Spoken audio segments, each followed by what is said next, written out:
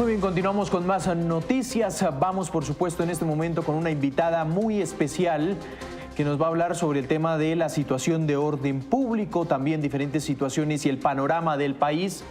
Y allí está Tatiana Gordillo con la invitada especial a esta hora. Tatiana, adelante. Sí. Juan Camilo y usuarios de Caracol Ahora. Se trata de Iris Marín, la defensora del pueblo recién posicionada y quien nos va a hablar sobre hoy es el Día de los Derechos Humanos en Colombia. Defensora, bienvenida. Y primero que todo quiero preguntarle acerca de esa situación de orden público en el país, las alertas tempranas que ustedes tienen todavía activas, es decir, todavía en un riesgo inminente para la población. ¿De cuáles se trata? Bienvenida. Sí, desafortunadamente la situación de derechos humanos y derecho internacional humanitario es grave. En este momento hay más de 140 alertas tempranas vigentes en todo el territorio nacional. Los departamentos que más están afectados son Antioquia, Cauca, Chocó, Nariño, Valle y Norte del Santander. Esto se debe a la presencia de grupos armados, algunos del conflicto armado, algunos políticos como el ELN o de origen político, y otros de criminalidad de otro tipo, o inclusive criminalidad organizada asociada exclusivamente a economías ilegales del narcotráfico, la trata de personas, el contrabando, el gota a gota, etcétera.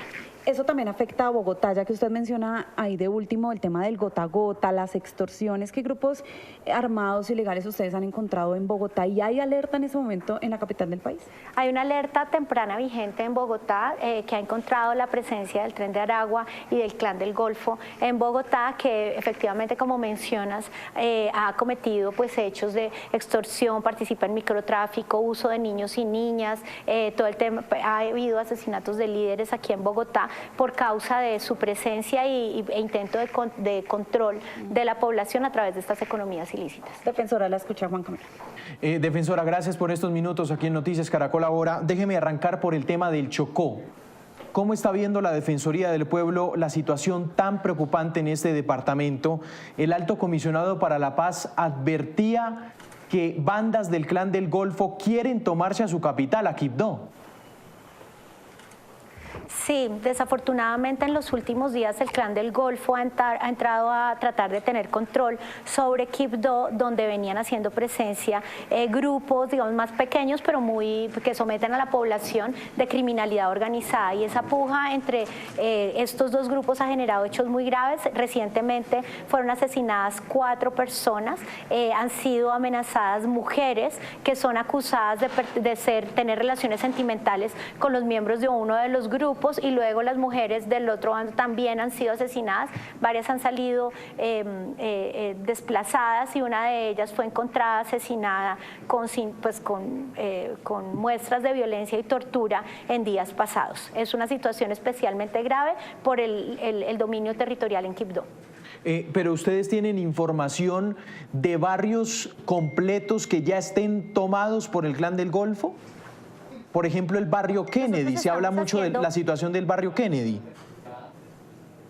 Nosotros estamos haciendo seguimiento a la situación en este momento. Como digo, en los días pasados se presentaron estos hechos y probablemente vamos a hacer una actualización de las alertas tempranas que están allí. No quisiera pronunciarme y anticipar resultados que en este momento están siendo materia de diagnóstico para emitir recomendaciones. En medio de esto, ¿qué papel ustedes quieren cumplir en la mesa de diálogos, defensora? Como lo he dicho, la Defensoría del Pueblo saluda que conforme a la Constitución, el Presidente de la República y el Gobierno Nacional adelante esfuerzos de solución pacífica, negociada, conversaciones encaminadas al sometimiento de los diferentes grupos que afectan la seguridad y sobre todo los derechos humanos de las poblaciones. Al mismo tiempo, es importante, es fundamental que estos procesos puedan enfocarse mucho más en la protección de la población civil, porque desafortunadamente la situación ha desmejorado. Por esa razón, la Defensoría del Pueblo quiere contribuir y ponerse al servicio de estas mesas y estos procesos de distinta naturaleza, cuando los hay, para presentar información y contribuir a que ojalá se hagan acuerdos humanitarios, acuerdos especiales, compromisos que permitan la liberación, la protección de la población civil. De hecho, muchas veces la Defensoría del Pueblo cumple este rol. Hace pocos días, por ejemplo, en el Chocó, la Defensoría del Pueblo colaboró con la liberación de una una persona que estaba secuestrada, era un migrante ecuatoriano que había sido primero reclutado forzadamente por el Clan del Golfo y luego pasó al ELN después de un combate, y cuando el ELN se dio cuenta pues que era una persona reclutada, extranjera, que no hacía parte del Clan del Golfo, pues a través de la Iglesia Católica pidieron nuestro acompañamiento para la liberación. Esos son el tipo de acciones que queremos seguir haciendo, proteger a la población, estar del lado de la comunidad, del lado de la gente que está sufriendo el rigor de esta violencia y de estas guerras. Cuando usted me describe ese panorama, defensora, ¿qué opinión le merecen los diálogos de paz y las mesas de negociación? ¿Están funcionando con este panorama tan difícil de orden público? Pues yo no quisiera enfocarme en si están funcionando o no. El presidente de la República y digamos el gobierno en general tiene la facultad constitucional de definir de qué manera controla el orden público, si lo hace a través del uso de la fuerza, de llamar las acciones de la justicia, etcétera, o si prioriza vías de solución pacífica, acercamientos. Las vías de solución pacífica, acercamientos, son muy positivas y son bienvenidas en el marco constitucional. Quien decide la forma de resolver los problemas de orden público es el gobierno nacional, no la Defensoría del Pueblo. Mi llamado, más que decir si están funcionando o no están funcionando, es poder ofrecer digamos, la información y el trabajo de la Defensoría del Pueblo para que en estos procesos se refuerce la protección a la población civil y la gente pues tenga una situación, unas mejores condiciones frente a estas violaciones a derechos humanos. Defensora, ¿cómo está viendo usted la situación de desplazamiento? También en el departamento del Chocó. Sí, el desplazamiento forzado se ha incrementado no solo en el Chocó, sino también en toda la zona costa, digamos inclusive nariñense, caucana, etcétera, y es una situación, tanto el desplazamiento forzado como el confinamiento, que está afectando fuertemente a las comunidades. En cuanto al confinamiento, por ejemplo, 8 de cada 10 personas afectadas por el confinamiento son comunidades indígenas y afrodescendientes, es decir, el daño es desproporcionado en los territorios indígenas y afrodescendientes. Sí, déjeme hacerle una pregunta, defensora. ¿Usted cree que ese acompañamiento del gobierno debe ir acompañado por pie de fuerza, presencia de fuerza pública? Es que la queja de la gobernadora del Chocó es dramática, defensora.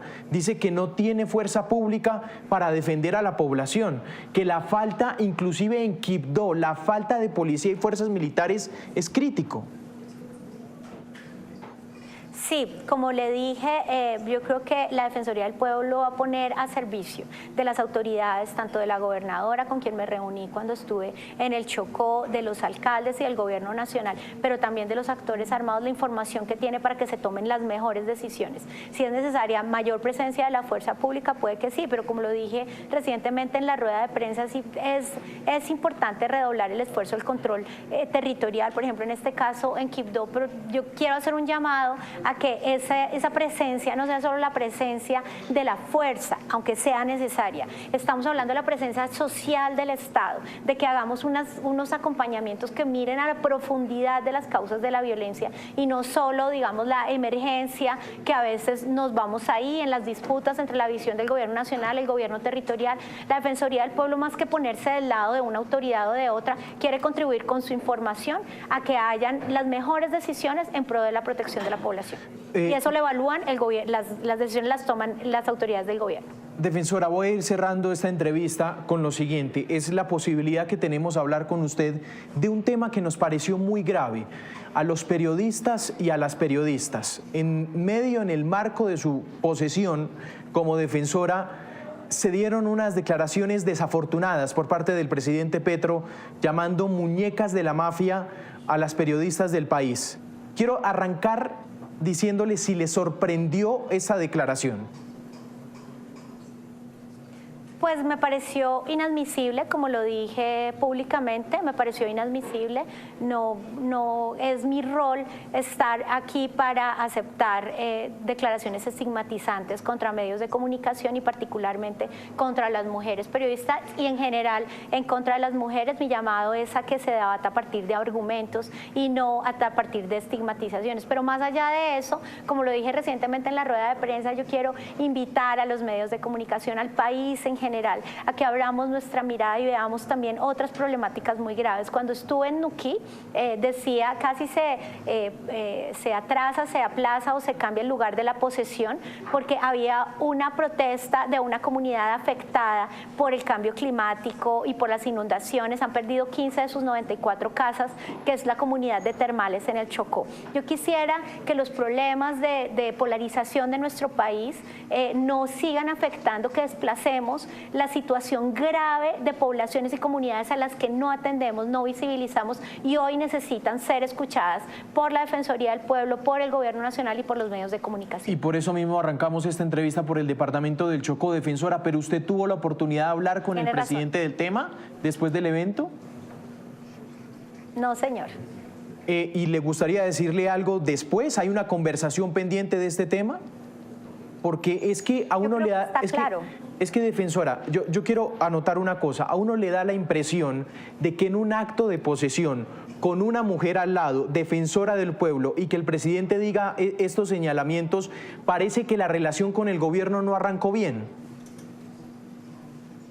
Es muy triste y no, digamos, no es positivo que haya empezado de esa manera. Yo ya di mi pronunciamiento, creo que es clara mi posición. Espero que el presidente haya podido escuchar y ojalá reflexionar al respecto. Pero esto no impide que la Defensoría del Pueblo es que tiene la obligación, no se trata de un problema personal entre la defensora y el presidente, etcétera. La Defensoría del Pueblo y el Gobierno Nacional y los gobiernos territoriales y todas las autoridades tenemos la obligación de seguir trabajando juntos, de superar las diferencias, de hacer obviamente poner la posición. La Defensoría del Pueblo pondrá claramente la posición cuando sea necesario, pero siempre en aras de seguir trabajando juntos. ¿Por qué? No por defender la agenda de un gobierno, de la oposición, etcétera, sino por cumplir el mandato constitucional de la Defensoría del Pueblo. Ese es mi foco y para eso estaré disponible tanto para el Gobierno Nacional, el Presidente de la República, las autoridades locales, para todas aquellas personas que necesiten la Defensoría del Pueblo para cumplir mi función constitucional.